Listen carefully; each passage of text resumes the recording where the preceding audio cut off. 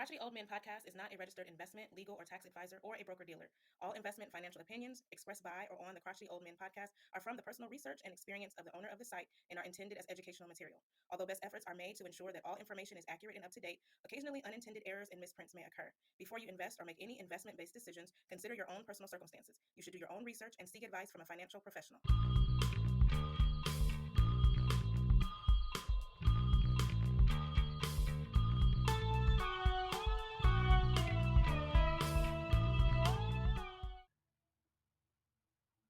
Good afternoon and good afternoon and good afternoon and good morning wherever you are today.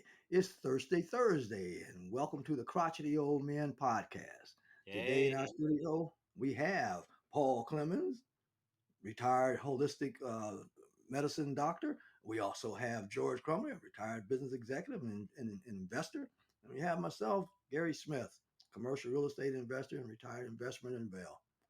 Welcome to Thirsty Thursdays with us, and our host, I'm going to show it over to George Crumley as I stumbled in my words today.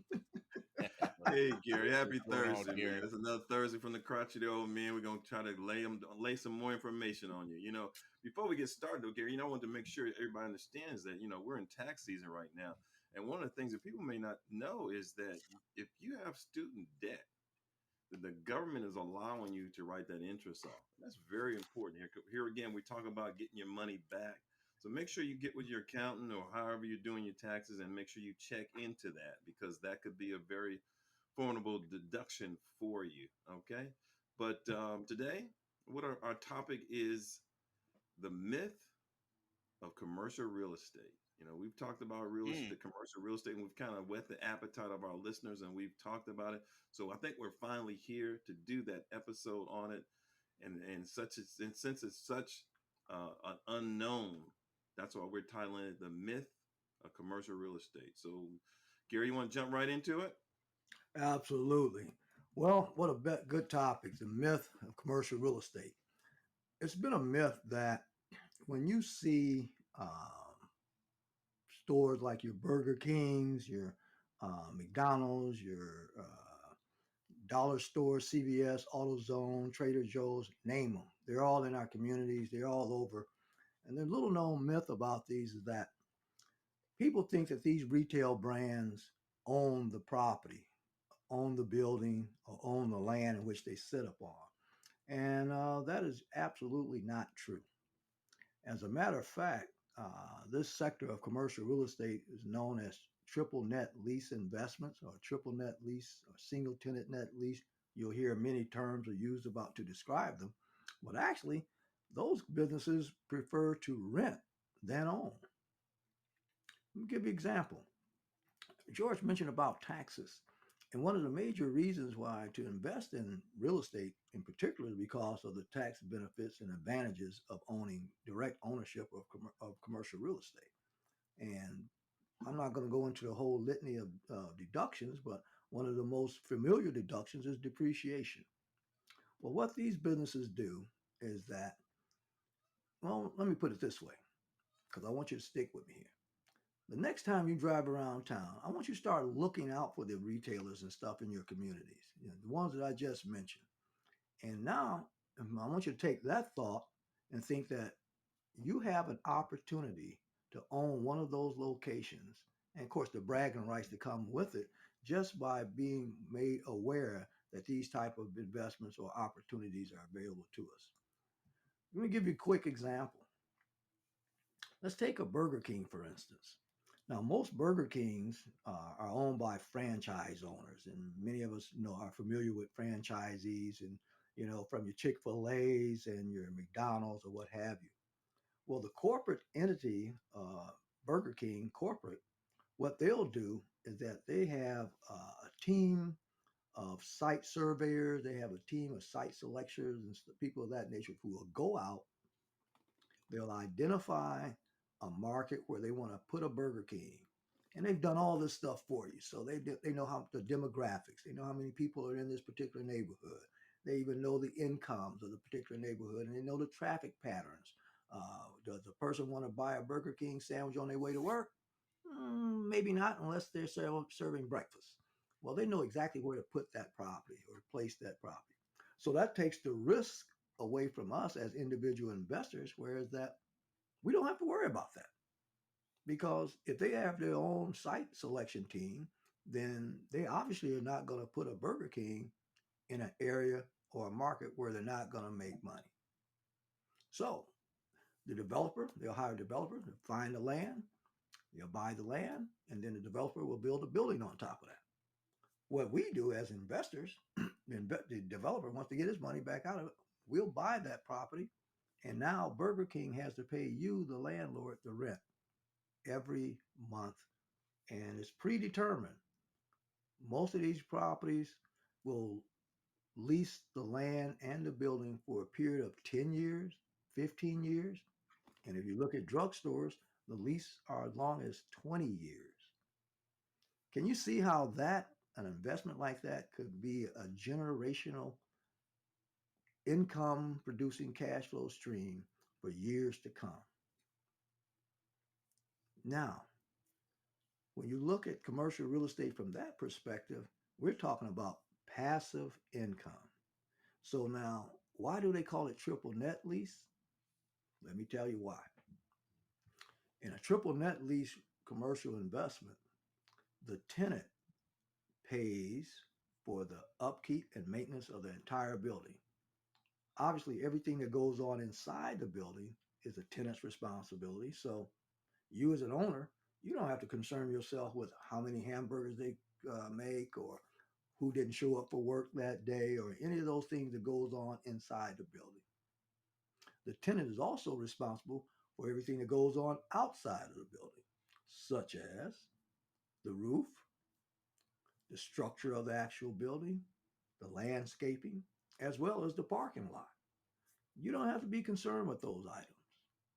Next, the tenant also pays for the insurance on your building. Yes, in the event of a hurricane, a tornado, or somebody have a medical emergency and they crash into the side of that building, you as the owner or the landlord will never get that call. The insurance company pays for that. And of course, the tenant is paying for the insurance. But So if here's we the real making it, so if we make an investment like that, Gary, we're not so much making an investment on the building as much as we're making an investment on how much money that building makes. Am I right? absolutely, you're spot on because what you're actually buying is the cash flow. That's Gotcha. exactly right. That's the cash flow. Cash flow is what creates value in real estate anyway, particularly in commercial real estate. It's the cash flow that you're buying. Now, the building and the land is somewhat, I like to say, is a security benefit because in the event that that tenant, a Burger King, and we've all seen them, Burger King may close for whatever reasons. Well, two things happen.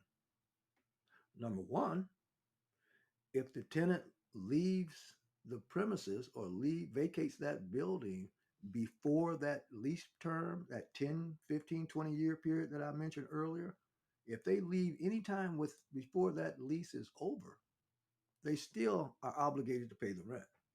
And they do. Now, in the event that that happens, well, the security piece comes in that you got a building that's already was selected to be in a good market where there's cars coming by and there's people there. So now the building is such that other tenants will want to rent it. And I can go on to some of the other details and stuff about how to charging the rents and the increasing the rents and things of that nature. But I want to finish with this third tentacle that makes triple net lease investments so good. And that's the taxes. The tenant also pays the property tax. And we all know that property taxes can go up or down. Mostly they go up over a course of a long period of time. And so if you have someone else that is paying your property taxes, that's keeping your building up to date and keeping it repaired and making sure that it's not crumbling or what have you, as well as pay the insurance, and they paying you rent every month, that's a wonderful deal. It is. It really is, Gary.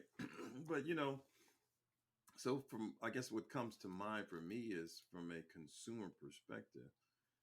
How would I get involved with that? Is that something that's reachable?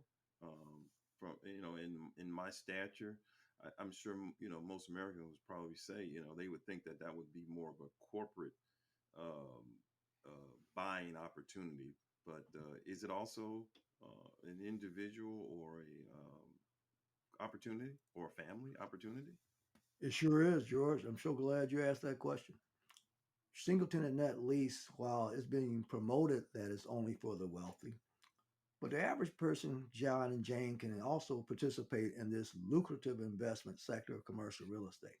Number one way to do it, obviously, is that, well, I shouldn't say obviously, but one way to do it is that for those who have 401ks, and there are companies now who are buying out 401k businesses, if you will, for the sole purpose of getting access to those funds to invest in these properties. So you could do it as well. You could take as, uh, if you want to do a situation or a deal on your own, you could take $500,000, which I say $500,000 is pretty much the minimum to leverage into a deal, or you could join other like minded individuals. In previous episodes, we've talked about the benefits of developing an LLC, a limited liability corporation. And I just want to keep the numbers real simple here because you guys know I'm a numbers guy and I like getting into the numbers, but I won't do it today. However, you got 10 people, and I just use 10 arbitrarily.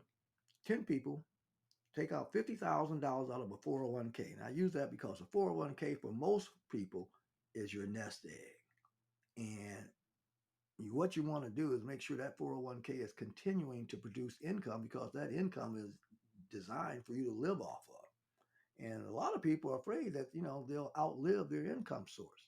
So with an investment in commercial real estate, such as what we're talking about here, there's strength in numbers. So we got 10 people that each put in $50,000 each into this one fund that you all have control over, and etc. And then we leverage that $500,000 and buy a triple net lease investment. Those funds, now you can participate in that particular sector of real estate. You have two things going for you, actually three. Number one, you have a guaranteed source of income that's coming in now from your $50,000, and you get that all back out of the deal. You also have the deductions that come with direct ownership when you're receiving this rents coming out. So you don't pay as much taxes on the income, if any, that you receive. And lastly, the other benefit of it is that you know exactly how much you're going to receive each and every month. So it's not if come, it is truly income. So what do you think, fellas? I think it's a That's what we great need to be. opportunity. Yeah, that's I what we think need you. to be doing. And what's interesting to me that you mentioned is the way they coin these words: commercial real estate, um, personal wealth. Um, it appears to me as though they coined this so that it does create a margin for folk that aren't normally in that arena to stay out of it because of the connotation of the word Mm-hmm. commercial real estate. And I think we as investors need to understand that that doesn't keep us from getting into the game at all. Absolutely, absolutely. And so it's like as George said earlier, it's that myth. Once you Right. get beyond that smoke screen and find out, wait a minute, yeah, we can play this game too. Because look, buying triple net lease properties is very different from buying a home or a rental apartment.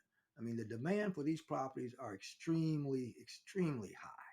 And it's high for a reason because the investor market knows that these properties tend to appreciate. And not any, I don't like using the word appreciation too much because that's not the reason to buy real estate. The reason you buy these is for cash flow. But I'd be remiss to say that appreciation does come along in the game because hey, the more money that these companies make, the more that they want to stay there and the more value. Because remember, cash flow equals value.